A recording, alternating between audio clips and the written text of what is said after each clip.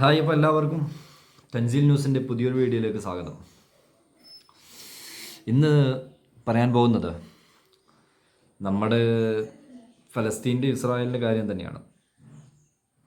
അവിടുത്തെ നമ്മൾ സാധാരണ മനുഷ്യരെയും സ്ത്രീകളെയും കുട്ടികളെയും കൊന്നൊടുക്കുന്ന നമ്മുടെ ഇസ്രായേലിൻ്റെ നരഹത്യ, IOF-ൻ്റെ ടെററിസ്റ്റ് ഫോഴ്സ് ഉണ്ടല്ലോ, അവരെ കുറിച്ച് തന്നെയാണ്. ആദ്യം നിങ്ങൾ ആ വീഡിയോ ഒന്ന് കണ്ടു നോക്ക്. ഇത് ഇസ്രായേലിൻ്റെ സൗത്ത് കൊറിയയിലുള്ള എംബസിയിലെ ഉദ്യോഗസ്ഥരാണ്, അംബാസിഡറാണ്. ഈ അംബാസിഡർ തൻ്റെ സഹപ്രവർത്തകരോടൊപ്പം അവിടുത്തെ ഒരു ഫുഡ് കോർട്ടിൽ ഭക്ഷണം കഴിച്ചുകൊണ്ട് നിൽക്കുകയാണ്. ഇതൊന്നും നമ്മുടെ ഇൻ്റർനാഷണൽ മീഡിയ മാധ്യമങ്ങളൊന്നും പുറത്തു വിടില്ല കേട്ടോ. പുറത്തു വിട്ട് കഴിഞ്ഞാൽ ഭയങ്കര ബുദ്ധിമുട്ടാണ്. അവർക്കൊക്കെ ഷട്ടർ ക്ലോസ് ചെയ്യേണ്ടി വരും. കാരണം കോർപ്പറേറ്റ് മാധ്യമങ്ങൾക്ക് ഇതാണല്ലോ പരിപാടി. അവർക്ക് ഈ പിന്നാമ്പുറത്തോടുള്ള വരുമാനം, ഈ വരുമാനത്തിനനുസരിച്ച് അവർ ആർക്കെതിരെയും ശബ്ദിക്കുക. ഞാൻ നിങ്ങളോട് മുമ്പ് പറഞ്ഞല്ലോ. പക്ഷേ ഇതൊക്കെ ലോക മീഡിയ മാധ്യമങ്ങൾ വിട്ടില്ലെങ്കിലും വിടേണ്ടവരൊക്കെ പുറത്തു വിടുന്നുണ്ട്, കിട്ടേണ്ടവർക്ക് കിട്ടുന്നുണ്ട്. അത് ഒന്ന് നോക്കിയേ. ശരിക്കും ചോദ്യം ചെയ്യാണ്, ശരിക്കും ഇട്ട് അങ്ങോട്ട് വെച്ചടിച്ചു കൊടുക്കുകയാണ്. ജനങ്ങൾ വിടുന്നില്ല. ഗാസയിലെ കുട്ടികളെയും അവിടുത്തെ ആ വയോവൃദ്ധന്മാരെയും സ്ത്രീകളെയൊക്കെ നിങ്ങൾ അവിടെ പട്ടിണി കിട്ടിട്ട് നിങ്ങളിവിടെ ഭക്ഷണം കഴിക്കാൻ വന്നതാണോ എന്ന് ചോദിക്കുന്നത്. നാറ്റിച്ചു വിട്ട് ലോകത്ത് ഇത്രയും നാണം കെട്ട് തലത്താലിൽ. കാരണം അഹങ്കാരികൾക്കും അഹന്തയുള്ളവർക്കൊക്കെ ഉണ്ടല്ലോ, ഖുർആൻ തന്നെ വ്യക്തമായിട്ട് പറഞ്ഞിട്ടുണ്ട്, സത്യനിഷേധികൾക്ക്, അതിലെല്ലാവരും പെട്ട് ഈ സത്യനിഷേധികൾ എന്ന് പറയുമ്പോൾ സത്യനിഷേധികൾക്ക് അല്ലാഹു സുബ്ഹാനഹു വ തആല അപമാനമല്ലാതെ വരുത്തുകയില്ല. അപമാനിതരായില്ലേ നിങ്ങൾ?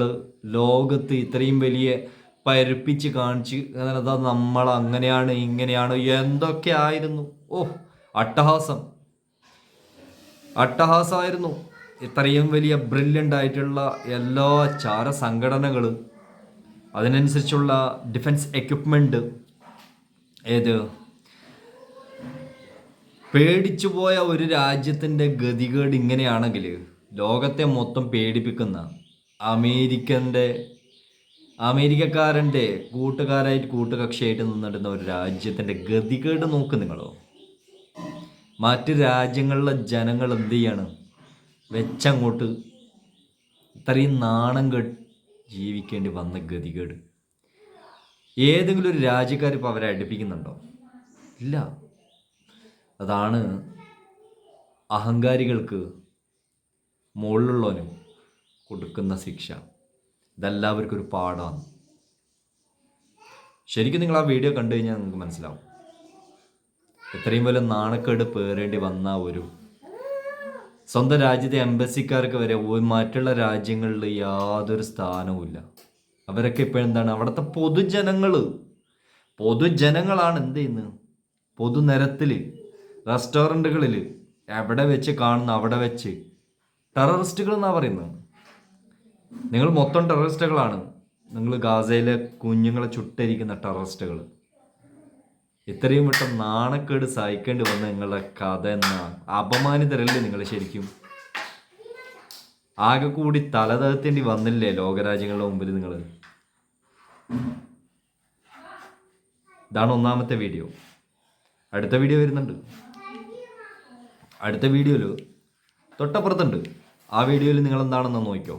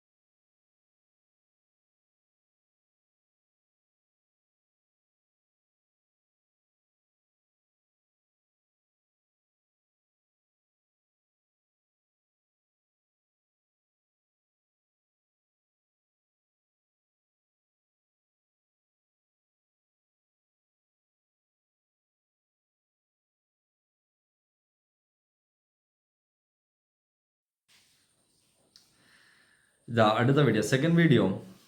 അതെന്താണെന്ന് വെച്ച് കഴിഞ്ഞാൽ, ഒരു ഫലസ്തീൻ കർഷകൻ വെസ്റ്റ് ബാങ്കിലുള്ളതാണ്.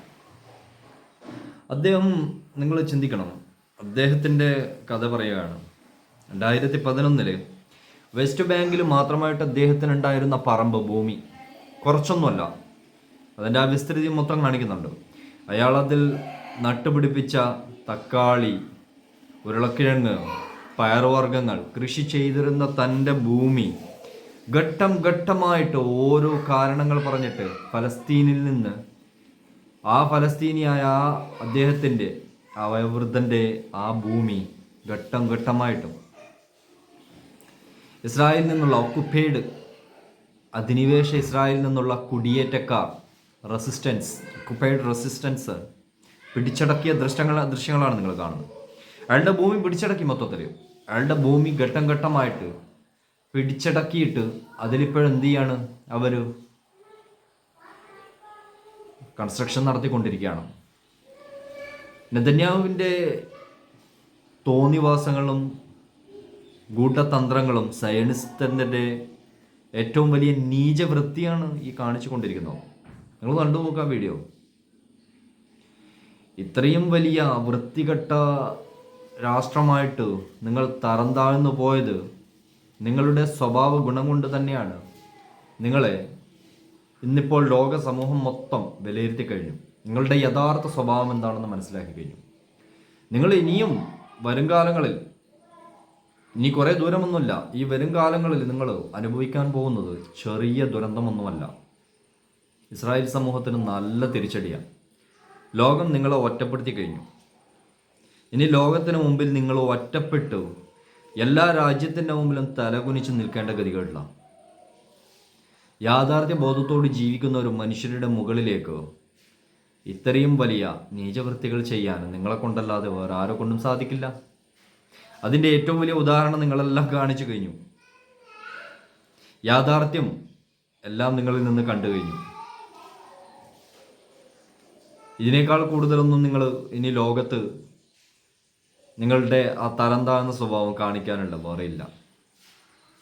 അഹങ്കാരവും അഹന്തയും നിങ്ങൾക്ക് ഇറങ്ങിയ തൗറയിൽ തന്നെ പറഞ്ഞിട്ടില്ലേ? അതൊക്കെ നിങ്ങൾ തിരുത്തിയതല്ലേ? വേദഗ്രന്ഥമായ തൗറയിൽ മൂസാ നബിക്ക് ഇറങ്ങിയ ഗ്രന്ഥത്തിൽ അതിനെ നിങ്ങൾ കവച്ചു വെച്ചിട്ട്, അതിനെ നിങ്ങൾ മൂടി വെച്ചിട്ട്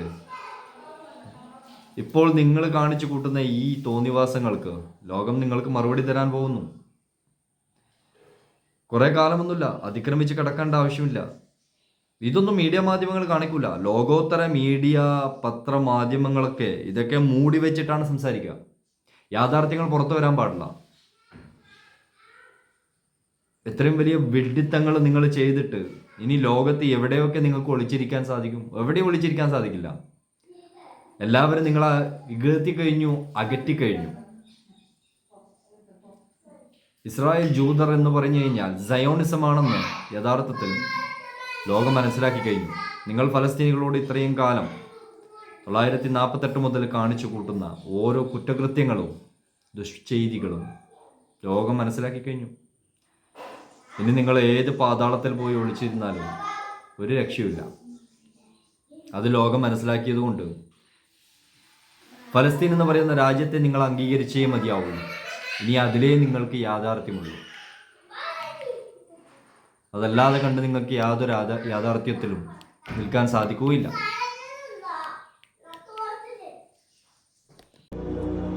كنت ازرع هنا، كان هنا عندي هون كنت ازرع بطيخ وازرع شمام فقوس وناكل باميه لوبيا، كنا نزرع هون وناكل ونكيف ونبيع ونشتري والناس تروح وتيجي. احنا هنا كنا في جنه، هنا كانت هذه الارض هذه كلها جنه، كان شجر في هذا حمضيات زيتون خوخ كله هذا، كانت بلاد جنه هنا، جنه. من 20 سنه ما وصلتش انا هنا. انتوا اللي يعني لو ماكو انت انا ما جيت السنه ولا جيت زرعت الارض.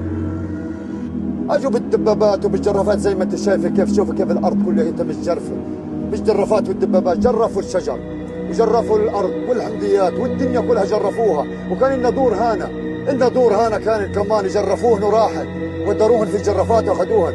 ما انتم شفتوا البطونه هاي؟ شوف هاي الحجاب، هذا هن الحجاب، هن هذول اللي بيشهدن على الارض وعلى دورنا وعلى زماننا اللي احنا فيه.